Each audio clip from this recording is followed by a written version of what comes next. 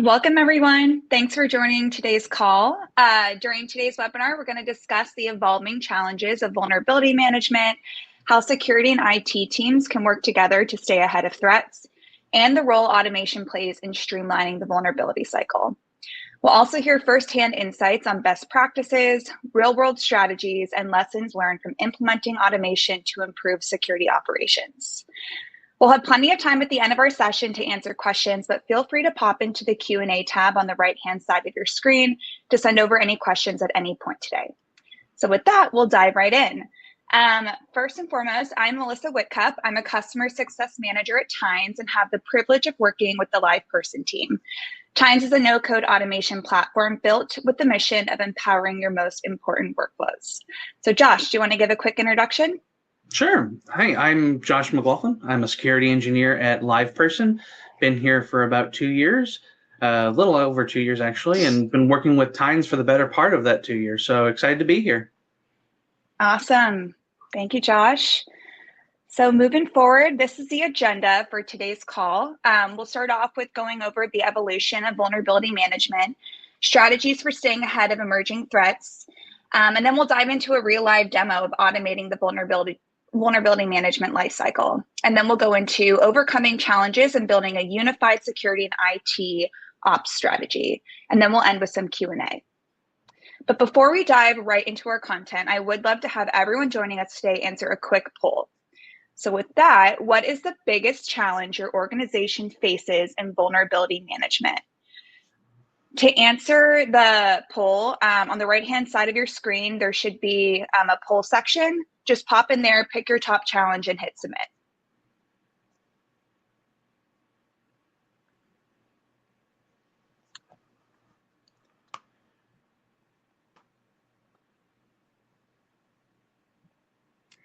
Awesome. So it looks like we got some votes coming in. Cool. Looks like we're even across the board there. But before we jump back to look at how vulnerability management has changed, let's kick off by quickly taking a look at what the vulnerability lifecycle looks like today. Josh, is there any insight that you'd like to provide here? Sure. For those of you that have been in security for any amount of time, this probably looks very familiar as far as from a workflow standpoint. Everything from the opening of the vulnerability alert to looking into how it is going to be remediated, if it even applies to your instance, and the documentation providing remediation of it, testing of it, and then going from there. So a lot of this has been pretty straightforward and standardized for a handful of years, just different variations of such. Got it. That life cycle seems pretty straightforward, but it wasn't always that way, right? That is a very true story, at least my my experience. So before I got into security, I was in IT for several years, and I've done everything from a little bit of network administration to hands-on desktop support, rather, for various companies. And vulnerability management, I've seen everything from just having a plan, not necessarily following through with it, but it's a plan. Saw that evolve into more structured cycles. We see, monthly patching. Thanks Microsoft for Patch Tuesdays. IT people love that, let me tell you. We look at night and weekend maintenance windows, which, when something inevitably causes an issue, everybody loves getting that call in the middle of the night. Recently, though, we see a lot more changes in the last several years. Is automation is not just hey, we're going to run some scripts to execute some automatic backups or automatic pushing of those patches. We're seeing where they are automation is being used to kind of push that next step of automatically seeing stuff as they come in from various data sources, taking that remediation item and looking to automatically scan, alert, and possibly even patch in some cases in real time. Companies are looking more and more for automation platforms like Tines to really handle these threats in real time, to make their, or not only their automations, but their infrastructure and their services a lot more resilient. Got it. So looking back at how vulnerability management has evolved, what do you think has been the biggest challenge in keeping up with these changes? Uh, I think overall it's a little bit of what we saw across the poll earlier. We see an Mm, increasing complexity of our IT environments. More assets, different type of assets. That means more vulnerabilities and bigger surfaces for bad actors to use to attack us. Managing vulnerabilities across the landscape can be challenging. Different environments have different configurations. Technologies all have their specific requirements, and then you have on top of that security and compliance requirements for making sure we're being patched and we're documenting things and similar. You throw on there patch management on top of that. It can be a challenge because there's manual maintenance involved a lot of times when it comes to people that don't have automation in place. mhm. Teams will often struggle with the patching their systems in a timely manner because of the concerns about compatibility issues with their specific environments, downtime, which is a huge business concern for obvious reasons, and need to be able to do that thorough testing of those remediations before deployment. We also see volume and diversity of vulnerabilities. It's a daunting task, really, to prioritize across all of these aforementioned platforms and softwares and Mhm. devices. And additionally, you look at the just continuous flow of new vulnerabilities that are coming in every day. You name a platform that hasn't had a vulnerability in the last 30 days, I'd be surprised to see that, honestly. Uh, but what we see towards that, as well as prioritization, the remediation factor, and trying to balance that with the business. And that's where it's kind of important that we shift towards a more cross-functional ownership, and Mhm. why it's kind of really a team effort between teams like security, IT operations, and platform engineers. That can be software developers and their code bases, or network engineers or system engineers. It requires a full collaboration across these teams. Security can provide the guidance and the ability to alert people to these things, but at the end of the day, security can't necessarily be the person that patches every one of these, because we don't want to necessarily go around and break people's stuff without their knowing. Totally, yeah. So, like with all these growing challenges, like you mentioned, more assets, more vulnerabilities, more tools. How do you keep from, getting overwhelmed? A lot of it just comes down to not relying solely on, first of all, platforms that we pay for, to Mhm. provide the entire basis of our knowledge. We have a lot of vendors in security as a whole that rely on each other collaboratively to be ahead of our the threat actors that we face every day.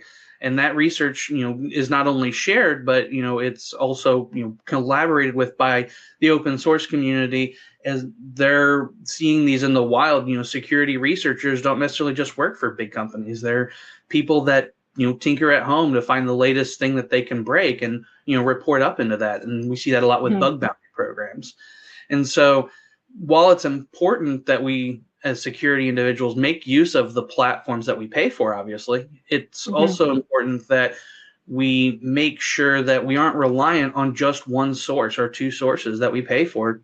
We need to be able to have a certain level of flexibility to rely on other sources so that we're sure we're getting the whole picture.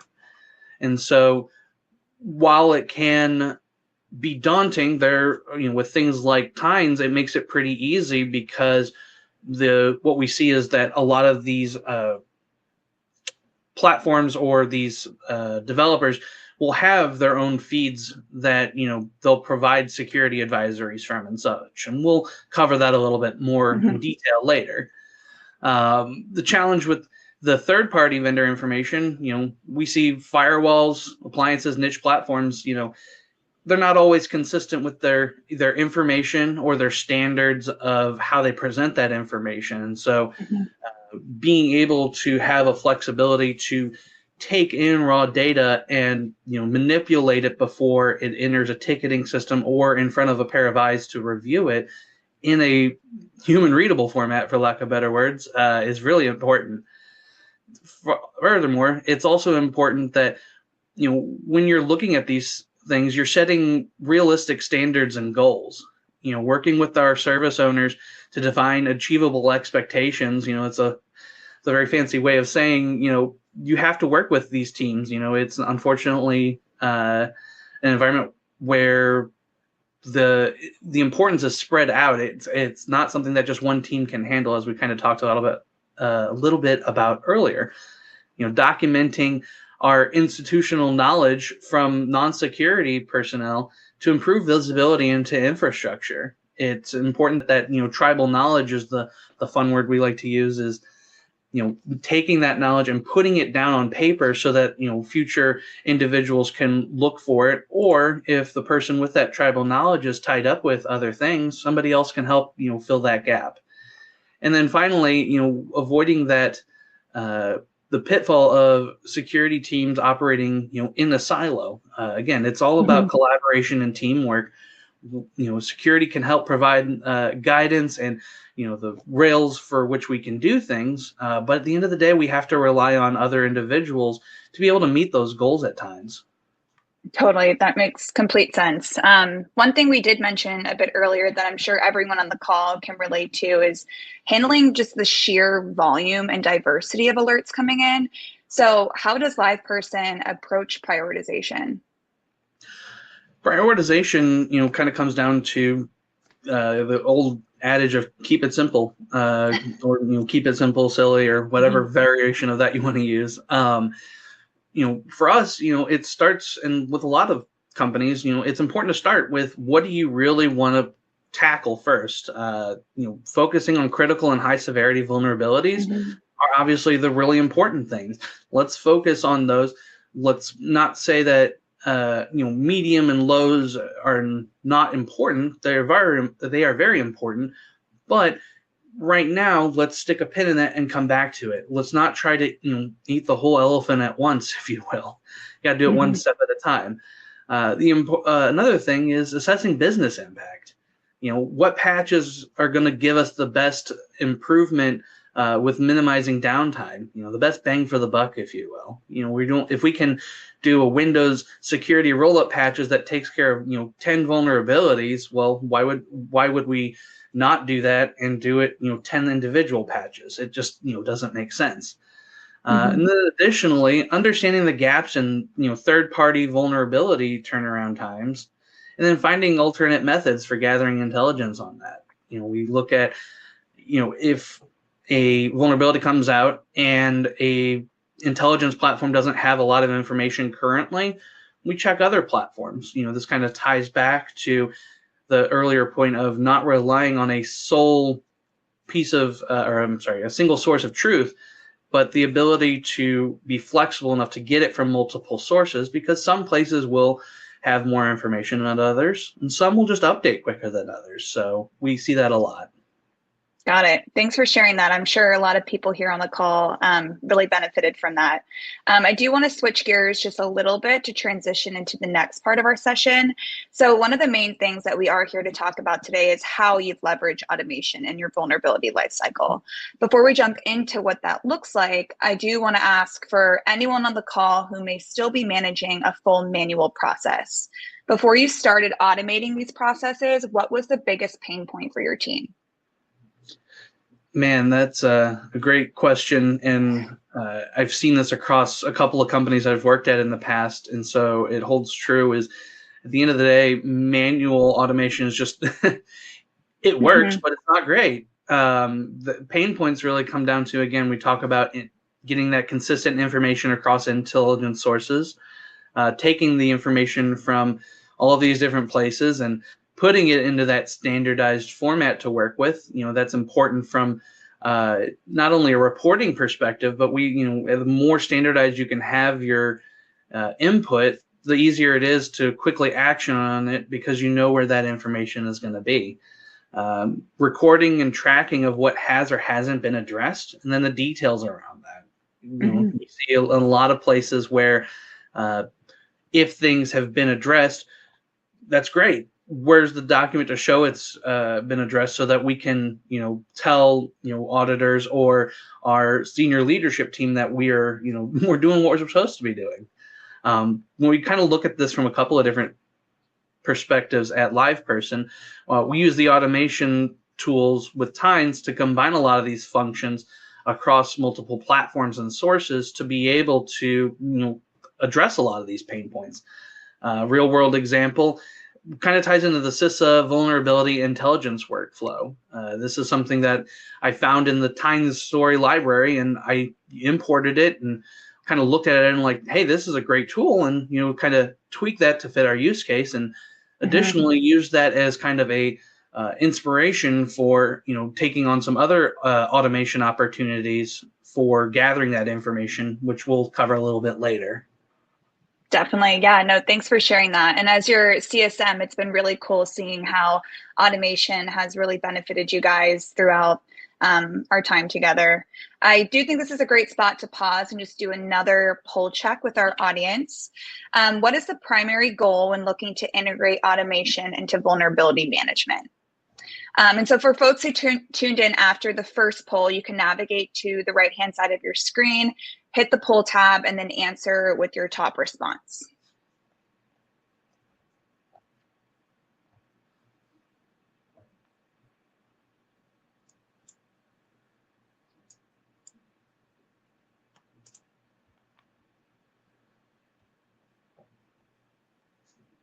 These are good answers to that question. I like that. All right, they're trickling on in. All right. All right, looks like reducing manual effort and human error is winning. That's not surprising.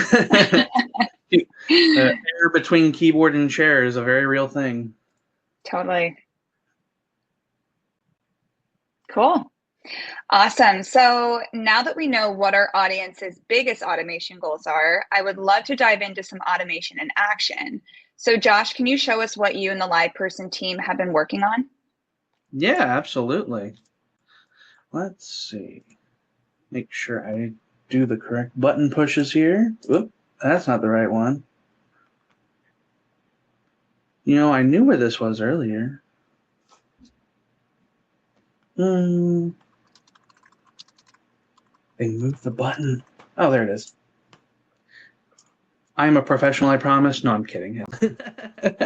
So what we're looking at here is kind of to start with, I wanted to look at the initial workflow that we kind of got inspired by our CISA story that we saw in the library earlier, and where we kind of saw value in that. And if you haven't already, highly encourage you to check out the Tines library. I've used it myself for getting a lot of inspiration for different ideas. But what we kind of did with it is we went through and are pulling a CISA RSS feed. We're going through enumerating and deduplicating the various events that are being pulled from that. And then we use a trigger here inside of Tines to just do some basic regex to filter out, what stuff is not important to us or what stuff is covered by another workflow or similar. So, my work, we don't do anything with industrial control systems, and CISA loves their industrial control systems, but we don't need it. So we filter it out. So we take that information, we're going to go through, we reformat it to, again, make it more readable for submitting into tickets or such. We get our CVE information from it, and we use CrowdStrike currently, but we've seen where this information can be pulled from open source locations such as the NIST the NIST database, and there are plenty of other open sources like Vulner or other similar locations to get that information. We get that information for the CVE and we explode it, and then we send a Slack message to a dedicated channel in our team to say, hey, this CVE has come up. Do you want us to go ahead and create a ticket for it? And using the Slack, I believe it's called blocks function, we can detect, if the prompt has been clicked, which is a yes, no. And then if it is not going to have a ticket created, we get some messages that hey, to confirm we've not selected to create a ticket for it, as well as to send us a tuning alert for if that's appropriate. If we do select, yes, we want it to have a ticket created, we send a message over to ServiceNow with some very basic information that we extracted from the previous actions. And that's everything from who to assign it to, what the impact and urgency is. And this is where it's really awesome to be able to standardize that output. So we can, inside of ServiceNow, do filtering based on certain keywords. We can also use Tines to be able to take the information from the CVE sources that we have and output it into a readable format with the appropriate information that's pulled from it. And so it auto creates the ticket, auto assigns it, and then it'll send a message as well that, hey, the ticket's been successfully created. And so that's where it kind of started with the CISA flow, and we made some changes to it. And then what I did is I kind of went over to here, and these are all disabled because I don't want them to go off randomly, is we have a standardized template essentially of using Tines to pull from advisory feeds from various various platforms or various products that they have on their site. So, security, we'll see Palo Alto, we'll see, I do network security as well, so I'm going to use a lot of firewall stuff. So Palo Alto, Juniper, we'll also see Okta or Jamf Trust or various platforms like that. Well, we pulled, their various RSS feeds directly.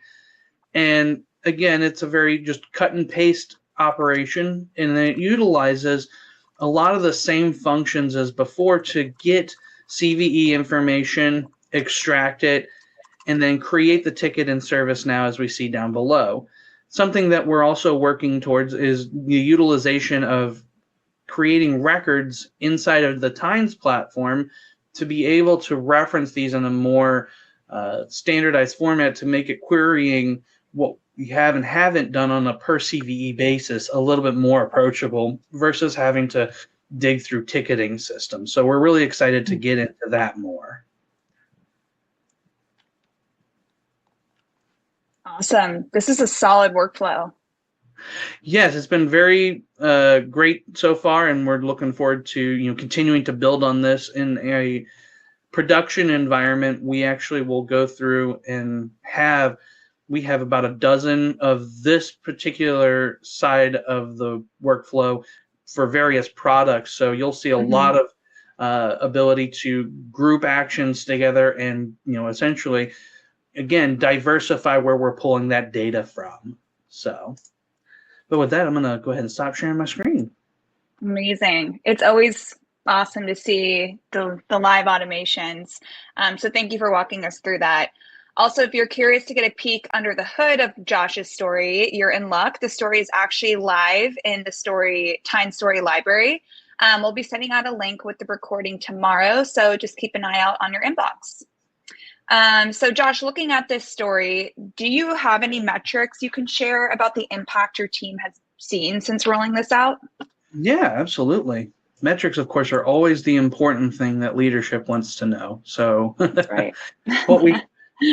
Before our automation, as you can see on the screen here, we looked at an average of 45 vulnerability runs. So looking at about 30 tickets manually created. So that's where we had to go through and manually evaluate, hey, this is a vulnerability. Do we have to create a ticket for it? If so, go on from there. And averaging about 6 minutes a ticket gets us about 150 minutes of work. This is going through getting that CVE information and bringing it into the ticket in that format that we can digest as an analyst perspective and be able to action on that. What we went through after the automation, though, is we went through and tickets generated from 60 minutes, the same amount of tickets, rather, were generated about 60 minutes in total, averaging about 2 minutes a ticket. This is obviously a big time saving, but it's also one of those things where from a analyst or engineer perspective, that's less copy pasting we have to do. It's a lot less web browsing we have to do. So not only are you making it easier from a human readable standpoint, you're also making it to where it's less impactful on the time that your team has available to work on this. So keep in mind, this is a small segment of when we first launched this workflow. The numbers will obviously vary depending on the number of vulnerabilities that come out that month, or what your each individual organization will run into. Totally. Thanks for sharing that. It's definitely, incredible to see how much of an impact it's made on your team since you rolled it out. Looking back, is there anything you would have done differently when rolling out automation, or any best practices that you'd like to share with anyone looking to get started? I think the biggest thing up front, again, is the first point here: start small and scale as the team gets comfortable. That's one thing that I've really appreciated with the platform is I didn't have to have this huge workflow all done from day one to get value out of it. I can, start small, where we saw in the previous example, I have a small workflow where we're querying each vendor's RSS feed, and I can go from one or two sources to however many the system will let me. My only limitation is basically how often I ping the how often I pull the information from the sources, and if Times lets me go a little crazy every once in a while. So the idea of automation should be constantly evolving as your knowledge grows. Documentation, obviously, that's kind of important too. Designing modular workflows so components can be reused and improved over time. Again, we start with 2 or 3 actions, but that same idea of automatically creating a ticket, once you learn how to do that and you have that functional in one story, there's nothing to stop you from copying, pasting that into another story to be able to reuse that same function just with some tweaks. And that's been very true with us, and has continued to just save time with standing these workflows up. Totally. And then, it's easier to take your piece of that puzzle and put it somewhere else to build on it. So kind of like what I was saying. And for me, the biggest thing has been, don't let perfection slow down progress. Rapid prototyping has definitely been a phrase I've used a lot. Kind of being into 3D printing, that's one of the big buzz phrases there is, constantly trying to test new things. It allows that, similar to in manufacturing, and allows for us to be able to use a very good mentality of crawl, walk, and run line of thinking. And so we start small, we add to it, and we continue to add to it, just like if you're building a Lego house. Totally. I love that. Progress over perfection, start small and scale. Going back to something we spoke about earlier on the call, what's the relationship between security and IT teams, particularly when it comes to vulnerability management? As someone, Josh, you've been on both teams in your career, so how do you think about that partnership? The importance is definitely something that does not get enough focus. It's having worked both sides. Both sides of the teams have frustrations, and it's understandable. But it's important to realize that vulnerability management and patch management, it's two sides of the same coin. Vulnerability management being on the security side, and patch management with the IT. While security can't necessarily, dictate what vulnerability management means to a company, we provide the feedback, and we give our best estimate, and we give leadership the information to make those policy decisions. At the end of the day, it still has to be a collaborative effort. Totally. I love that, team mentality there, but I know collaboration might be easier said than done for some teams. So how do you get both teams to see vulnerability management as a shared responsibility rather than it just being on the security side? It's definitely a challenge, balancing the needs of security versus operational stability. Both are really important. Everybody that's worked in either of those positions is all too familiar with that. Security, we want remediation to be quick, fast, and in a hurry, but IT operations has a certain obligation to minimize disruptions to the business within reason. And it's just where we have to realize both teams have to be able to do their jobs, but we also have to be able to go through and articulate as security individuals what we need specifically and why, if it's appropriate. And then at the end of the day, we need to be able to work together to have IT or these other engineering teams apply these remediations, whether that's in a testing environment and then deploy, or just a full-on deployment. That's again comes down to where they're at and where they're comfortable with. But at the same time, security is important too. So at the end, we just need to make sure we're leaving professional or personal egos out of it and realize that we all have to work together to make the organization a little bit better. At the end of the day, key is clear communication and transparency. Using platforms across teams for transparency and shared ownership is important. So you'll see where IT may have certain tools that they leverage to do certain things that security can utilize to be able to pull that information or understand what the capabilities are for that to be able to provide guidance on getting remediations pushed. We also see where security teams can leverage that institutional knowledge from the IT ops team as well as other engineering team to understand where security may be overlooking a scenario, or they may know where the skeletons hide, so to speak. Efficiency and security gains from this collaboration kind of pretty straightforward. Faster remediation with less friction. You get a lot more visibility into risks across the organization. And then utilizing those existing platforms' native tooling allows us, a certain level of transparency for the teams that are utilizing it to see what policies are being implemented and allow technical teams to be able to take a certain level of ownership if it's appropriate. Security can continue to lean on those technical teams' knowledge of where gaps can exist in the platform, as well as their users or the service itself. And at the end of the day, try to save everybody a little bit of headache from the company or end users being impacted. Gotcha. That was, super helpful to hear, and, not operating as silos and just having that clear communication and working together as a one unified team. Thanks so much for walking us through all of this, Josh. I definitely learned a ton today, and I'm sure everyone on the call did as well. So to wrap up, I have one last question for you before we open it up to the audience. Looking back at your journey, do you have any advice you'd give to a security or IT team trying to modernize their vulnerability management approach?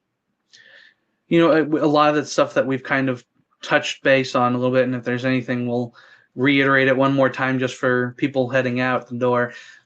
It's vulnerability management can't be the burden of one team anymore. It has to be not only a team effort, but it has to require the company as a whole to buy in on getting where it needs to be secure. If that's a matter of sitting people down at a table to have that discussion, great, let's do it. Automation is a huge part of that, and making that remediation strategy very simple and straightforward to get taken care of. But it's also important to remember you can adopt it in a gradual format. Remember that crawl, walk, run approach. It's important you don't try to just skip to the end of the line. It will never end well. And then at the end of the day, also security and IT ops and other engineering teams have to work together to create those streamlined and effective vulnerability life cycles. That being able to have a dedicated time for patch management or understand, hey, a new vulnerability comes out, we have a certain deadline, service level agreement, whatever you want to call it, to be able to address these concerns. Totally. Yeah. Thanks for sharing those, Josh. And thank you to everyone here for listening in. I'd love to open it up to the floor now for any questions that you have. So first question that I see here, Josh, when you were initially evaluating times, were members of your team that were hesitant or adverse to the idea of automation? If so, how did you get over that hurdle? For my team, we love the idea of the automation from the beginning, but there were some people outside of our team that were kind of hesitant that, oh, if we go straight to automation, that it might break stuff. Move fast and break things is not the mentality that security teams should have, in my opinion. We want to make sure we're being meaningful with that, and that's where we sat down with the teams that were concerned about it, or the individuals, and we discussed, hey, nothing that we are going to do is going to happen without your involvement in it. Again, it comes down to that collaboration to let people know what our plans are, how we're going to do it, and at the end of the day, try to get a little bit of a sign off, so to speak, on we're meeting our need as well as not causing damage to their platforms. Awesome. All right, next question here. How did your team measure the newly created automation workflows progress? So a lot of it comes down to built-in functionality that Tines has. There are certain functions that you can utilize in there for each action or for the story as a whole to cumulatively, there's a word for early in the morning, add up the little bits of time to give you a holistic picture. And then again, you can use Tines to build reporting out for that, so you can take those metrics to your leadership. And so while it may seem like, oh, it only takes me like 2 minutes to do something, 2 minutes to do something else, they add up. That time does add up, especially if you're looking at over the course of 3 months, 6 months, a year, that time saved, it ends up being real world dollars. Totally. What's been the biggest surprise since implementing automation in your vulnerability management process?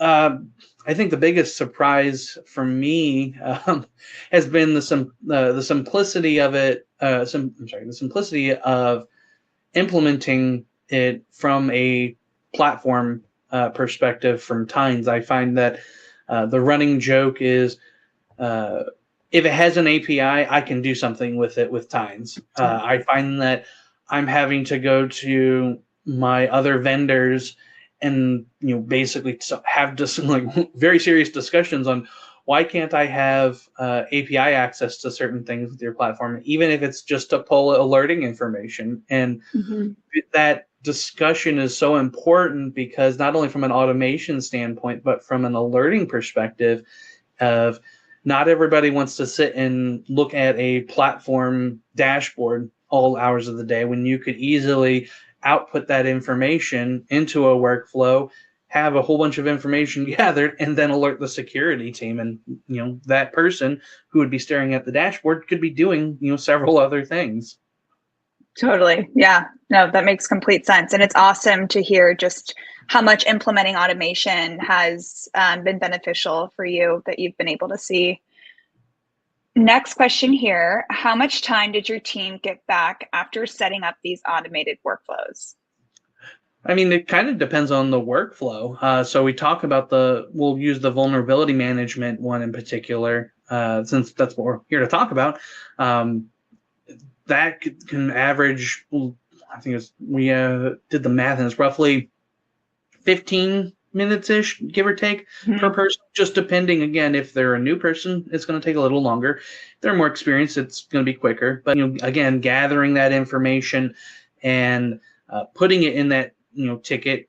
Creating a ticket's easy, but it's the research and the being able to get that information that can be the more time-consuming part. And then you throw on top of that the research into, is a company affected by this? Is the company using a product like this? And that's where being able to utilize filters for things that you do not use. Again, LivePerson does not use industrial control systems, so I can filter out that and not have to worry about all of those alerts. Yeah, that's awesome. It's cool to hear how much time you guys got back from automating. Next question. Automation breaks when the organization can't decide who owns the vulnerability: app, OS, infra, etc. How does automation handle the human layer? The human layer never will truly go away, in my opinion. You're always Yeah. going to have decision makers, but automation helps out with that because then you can work with these teams and show them the automations, and they will have a certain level of comfort, hopefully, to be able to allow automation platforms to lift that heavy load or be able to shift that load to a more centralized team to be able to address those concerns. Automation takes it to where instead of people having to do all the work, they're making the decisions for what work has to be done. Got it. What teams at LivePerson owns and maintains Tines and the playbooks? You know, you're looking at the main person. Hi, no, but no, the Tines platform currently at LivePerson is managed by the security operations team, and that's myself and several others, and that's where I'm going to take an opportunity to quickly shout out my team. Love everything about working with you guys, and the vulnerability management workflow is something that was a very much collaboration internally. I do not oversee vulnerability management personally. I just help with the source side of things. How do I help automate things and make easier for my team as well as for other teams for reporting? So the playbooks, everybody gets an opportunity to be able to chip in and be able to bring ideas to the table, and we work together to make those workflows into a working prototype and go into production. Yeah, definitely. I can echo that. Working with you guys, you all are coming in, bringing your own ideas, and it's really awesome to see how you guys collaborate and then bounce off each other to come up with new automation ideas. Yep. I also want to, if I can, real quick, I also want to, definitely. I'm going to sound like a broken record, but again, the Tines library has been huge for not only coming up with ideas, but we've if there's things like I implemented the story backup story. Yeah, that's that's how that works, right? Story backup story from the library recently, just to be able to have it, and that saved me a good couple of hours trying to figure out how do I do it myself. So it's also great that it's a collaborative effort from all of the different users. I see stuff also in the Tines Slack channels where some great ideas for library items or new functions are always being talked about. Yeah, definitely. You guys are definitely implementing best practices that we see our most successful customers doing, which is utilizing the Tines library and also having multiple builders coming up with automation ideas. Last question that we have for today. If you could rebuild your vulnerability management program from scratch, knowing what you know now, what would you do differently? Ooh, that's a loaded question there. Everybody's got great ideas until they go to actually have to implement them. I think if I had to do it all over again, automation from the beginning and having a standardized platform or set of platforms to work with. Where we've seen where companies have a number of different cloud platforms, or they transition between platforms or different technologies. Being able to know what is going to be there from day one to day 99 is going to be important. But that's also part of the challenge, and what makes security interesting is having to think on your feet, being able to do that. The other thing I would say is the important, kind of echoing the importance before, is making sure that communication is going out there on the importance of why we do what we do. Why it's important that we patch systems, why we are keeping these operating systems up to date, and then making it in a way that not only technical people can understand, but the end user to understand why we have to reboot their computer in the middle of the night, or telling our senior leadership team why an email server may need to get shut down for an hour so we can prevent people from doing nefarious things with it. So yeah, definitely. It's this is really great insight. I know I have learned a ton, and I'm sure everyone here on the call has as well. So thank you everyone for your questions, and thank you, Josh, for your insights and your answers there. So with that, that actually wraps up our session for today. If you want to catch up on anything you may have missed, we'll be sending the recording out tomorrow. So like I mentioned, keep an eye on your inbox. There'll also be a link to Josh's wonderful story in the story library. But thank you everyone for joining, and have a great rest of your Wednesday. Bye, everybody.